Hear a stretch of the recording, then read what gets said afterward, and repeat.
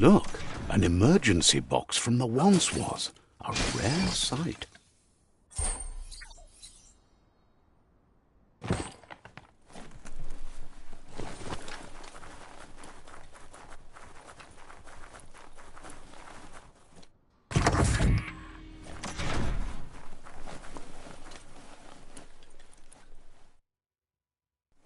That pipe looks weak. The claw bar should come in handy.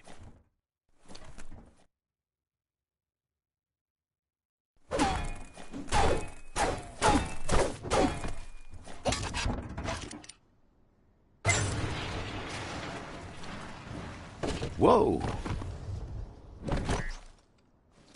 It's time to find a way out of this place. No, really, I mean it.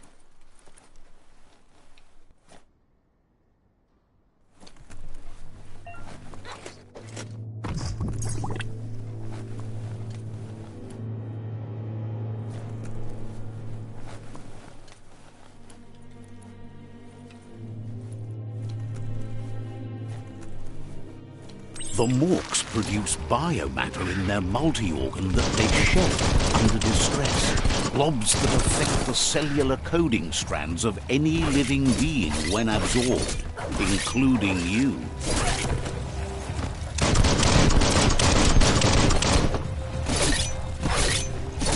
Wow!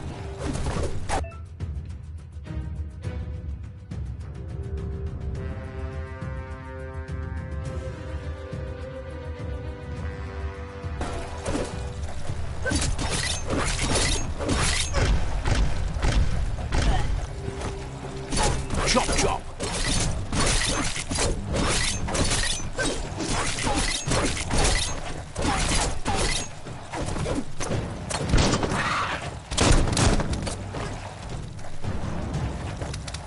Make that one dead.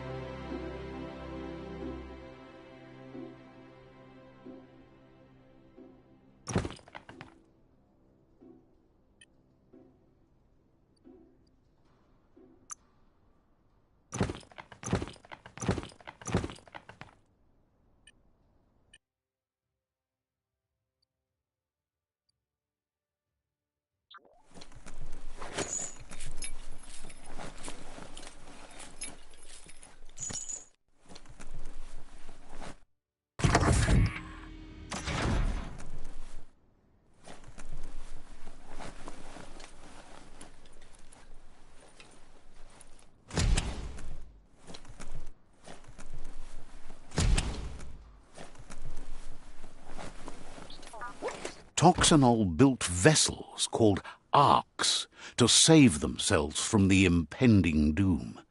But was it too late? It is only from the flight logs of the single ark they left behind that we know other arks travelled through the sky and beyond. It seems those that came before us never lost hope in finding a new home for their kind.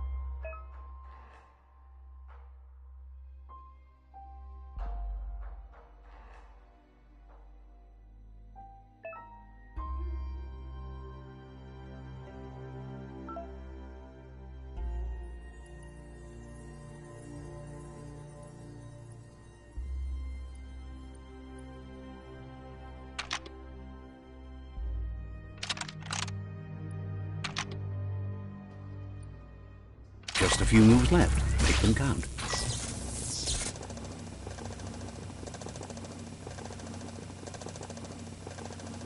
There are few records of the chain of events that led to the big apocalypse eons ago, but it's clear the world wasn't prepared for how recklessly the Toxanol Corporation would make its mark on the world.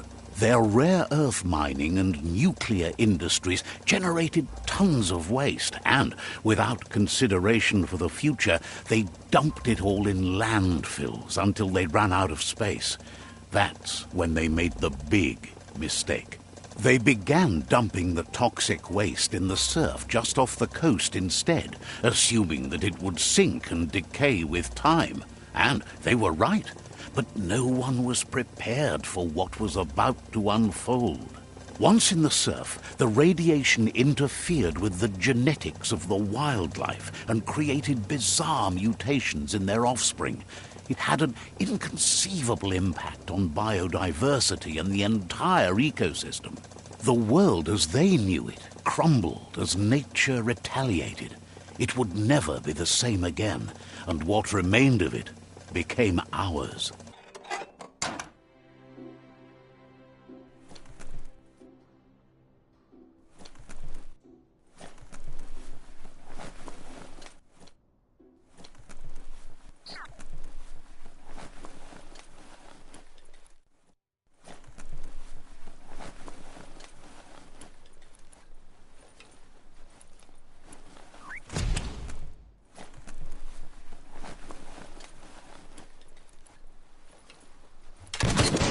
The sound of spark metal going pew-pew is never a good thing. It's coming from behind that door. A warning label. The box looks like a potential brain melt. It's going to take a bit of puzzling to short-circuit the door.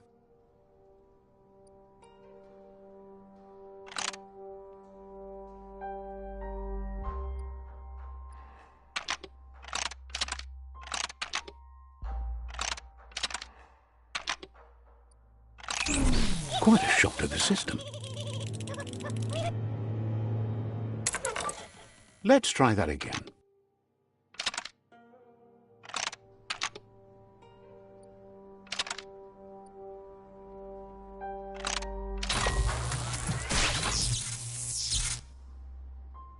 There you go.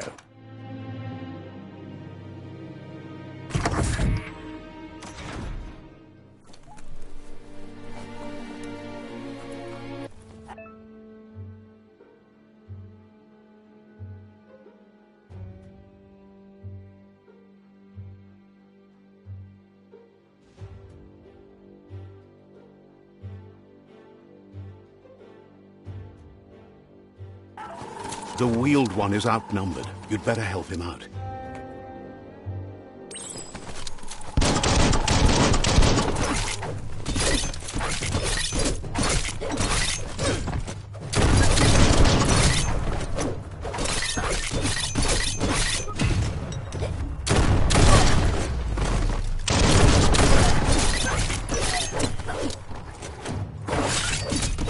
Made it count.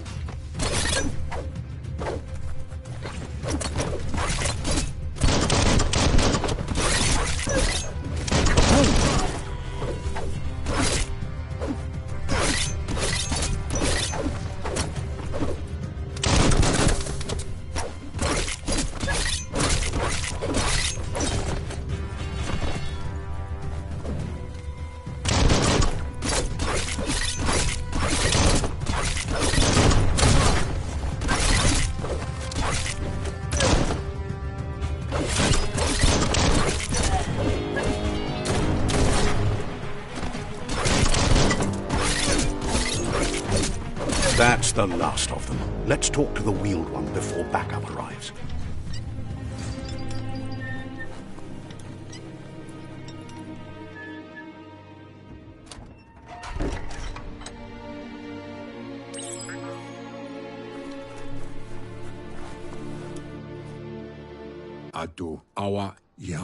He wants to thank you for taking his side against the scavengers.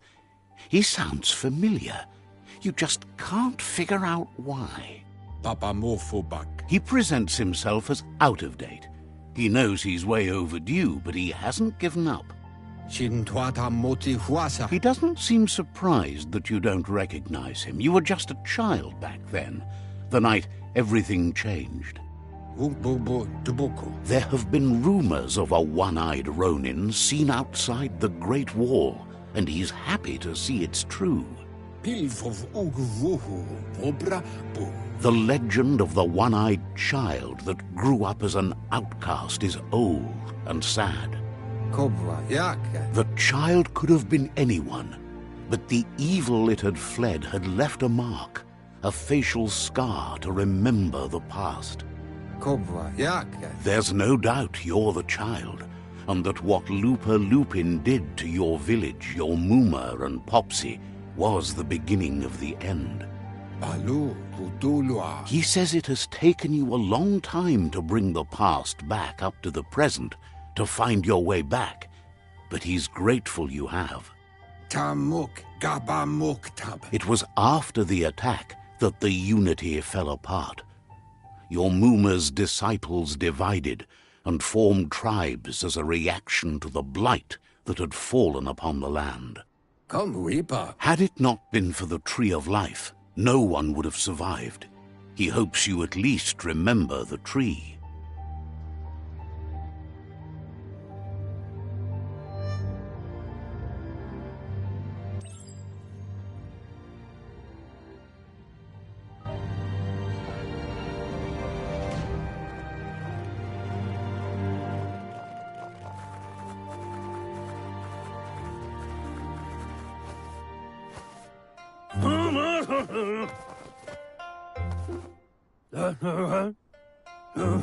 Asks if you were tired, as it's a bit of a hike here from the village.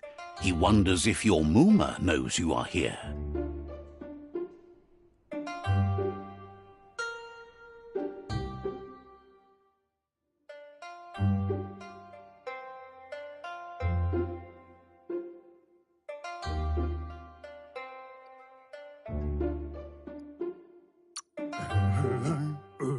You're such a good child, so you probably did. Even the young forget. He understands why you came all the way out here, to see them, the potato people.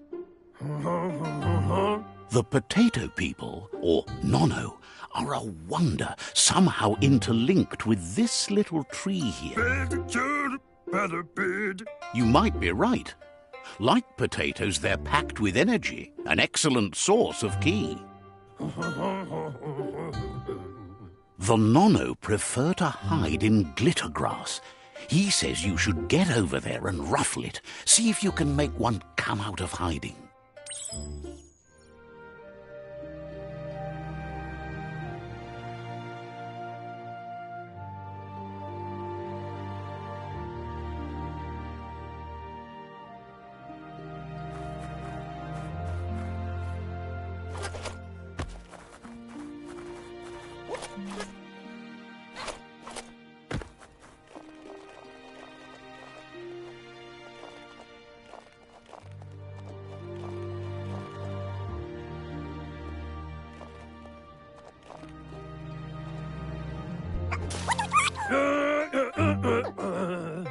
found one. You should be proud. They don't come out for everyone. The Nono's key energy is just what the Pensai needs to complete its cycle and grow into a tree of life. Only time will tell. At least his intention is to dedicate his life to it. He has the feeling the fate of the world depends on it.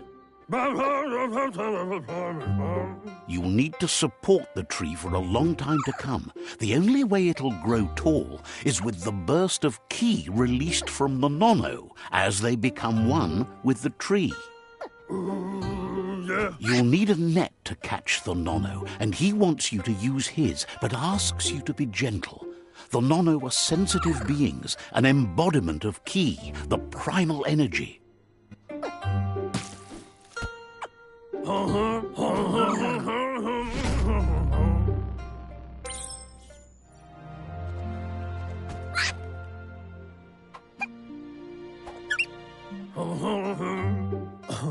You handle that net like you've never done anything else. He's impressed.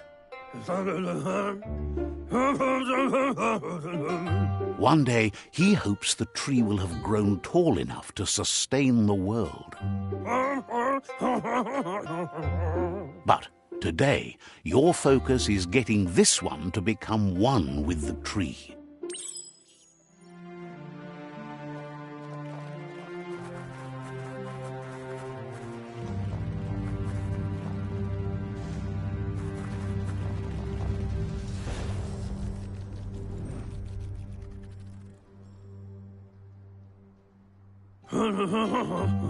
Now that you've seen the Nono's connection with the tree with your own eyes, you have no reason to doubt. From this day on, he'll make nurturing the Pensai into a tree of life, a life goal, not only for our village's sake, but for all of us, everyone. One day, the land won't be as peaceful. Not even your Muma will be able to protect us. He says you'd better hurry back to the village before your Muma comes looking for you. No, she's got lots on her mind and needs rest after the raid last night on the Lupin camp with her disciples. Wonders if they let the Predator family live or not.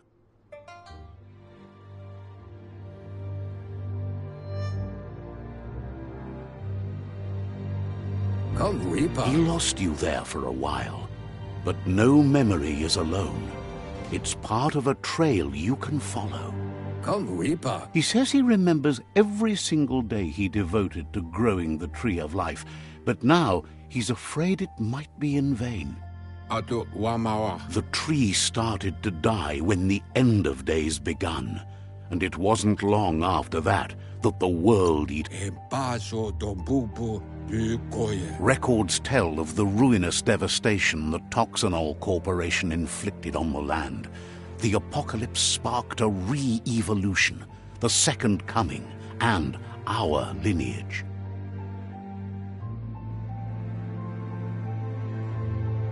His friend Gizmo is working on a Mekton and needs help defeating the Jumbo Puff at the end of the West Route. Wiz is still repairing his octopod to confront the Merc Puff that dwells deep down under the surface at the end of the Northwest Route. Noko has tamed the Midget and is preparing to take on the Hoof Puff at the end of the East Route. Finally, Goop is almost done with the Goo Glide, a machine able to ride the waves of the surf all the way out to the Porky Puff at the end of the route to the southeast. Out of Date says his friends are gearing up to stop the World Eaters. There's one at the end of each route. The road ahead won't be easy, but he's counting on your support. His friends aren't strong enough to end this on their own. He wants you to understand that you'll all die, if the tree isn't saved. Ayamuaya. Regardless, you'll meet again once you've played your part in the tribe war and the situation with the World Eaters. Do wawu.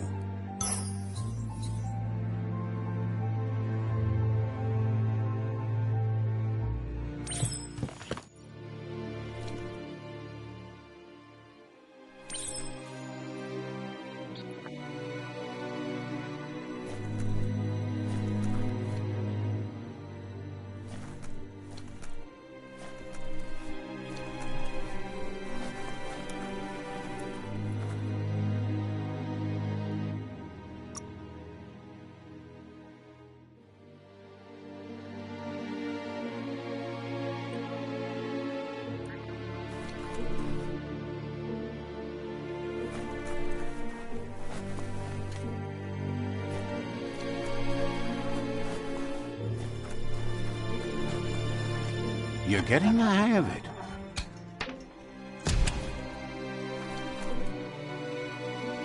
Quickest way out is through the roof where they came in, and the rope looks strong enough to climb.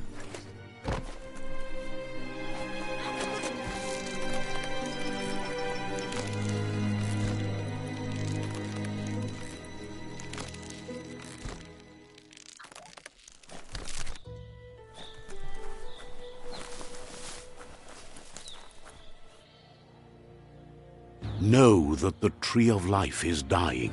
Its days are numbered. Without help, it can't endure the environmental change and assault from the World Eaters.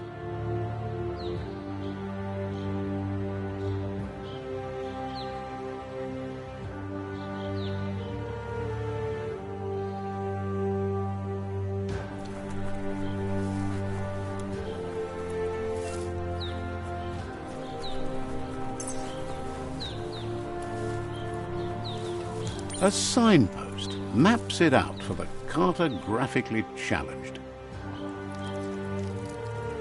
Let's see.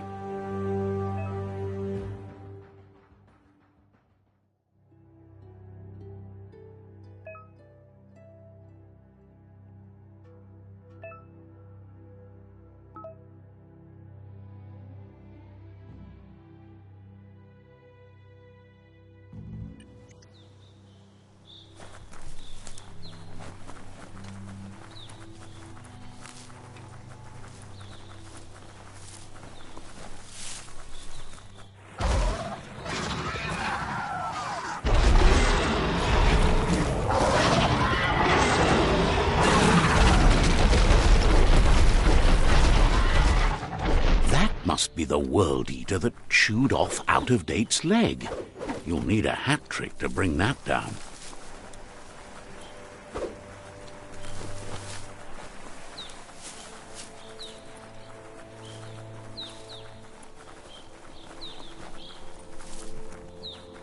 Look, a survivor.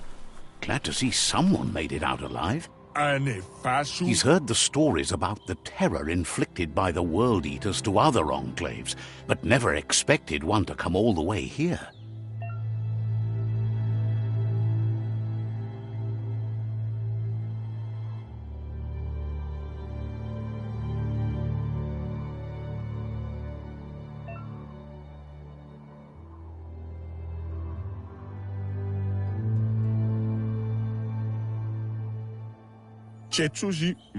He worries there won't be much left to save if this continues, even if the Tree of Life survives the attack. He doesn't know what your connection is to this place, but something tells him you've stayed true to your heart.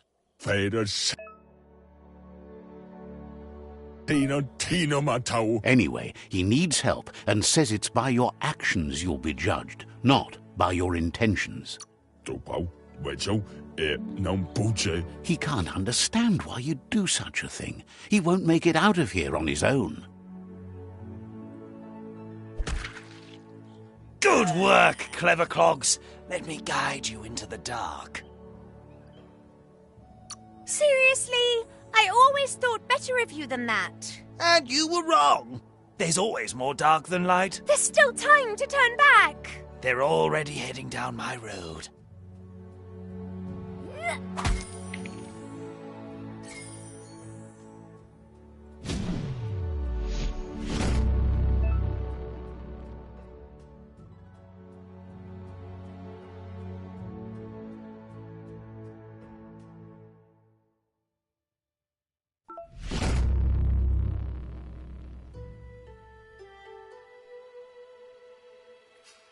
There's Out of Date again. He must have missed something important.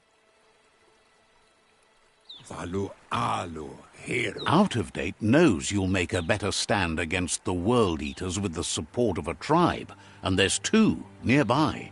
Sawata mua. The Jagni tribe is likely to be your primary choice as they seek to become omnipresent and, most importantly, feared.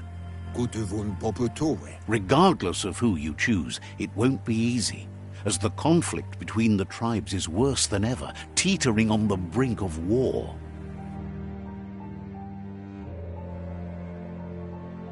The Myriad's conviction to stop the World Eaters began when the Leviathans rose from the depths of the surf. Siding with the Myriad's movement for wholeness in a fragmented world might seem like the logical thing to do, but is it the right thing? One thing's certain, though. Destiny arrives all the same.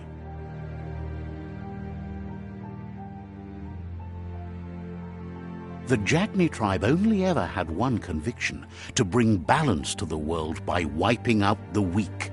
They believe a cleansing is necessary to restore the world and want to let the World Eaters bring down the Tree of Life. But siding with Jagni isn't necessarily a bad thing. Fate will find a way. Put the what? Out of Date says someone needs to break the stalemate and shift the balance of power to either Jagni's or Myriad's side. Boyubut paigatawa. He believes the tribe Sifus, Jagni especially, will listen to you and expects you to pay at least one of them a visit and play your part. Miss. He'll be waiting for you beneath the Tree of Life if you lose track of what you need to do.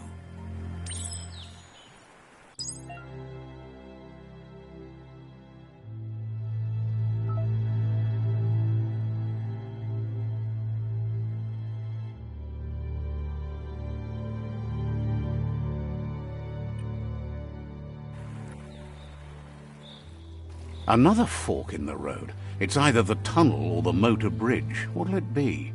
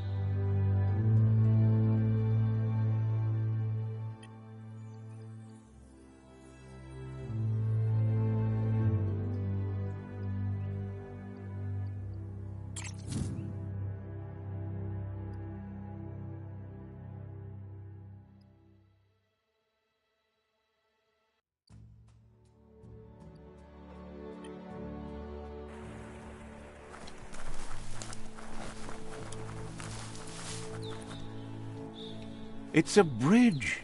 Just get over it.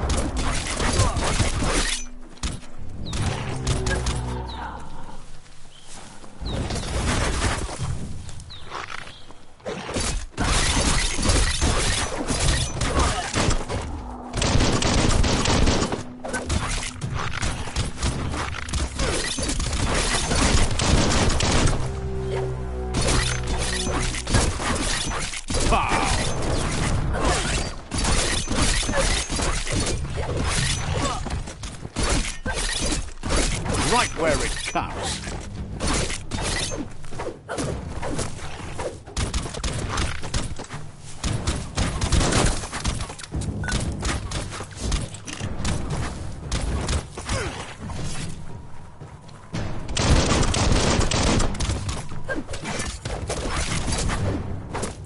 That's going to leave a mark.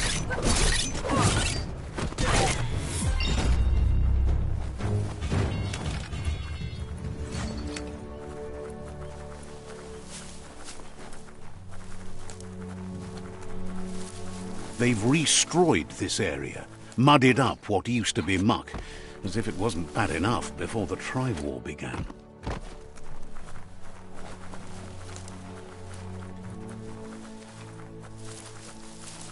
That's the Jagni tribe's fort. Their friendship can be a blessing or a curse. It's up to you. You're either a part of their solution to the tribe war or part of the problem.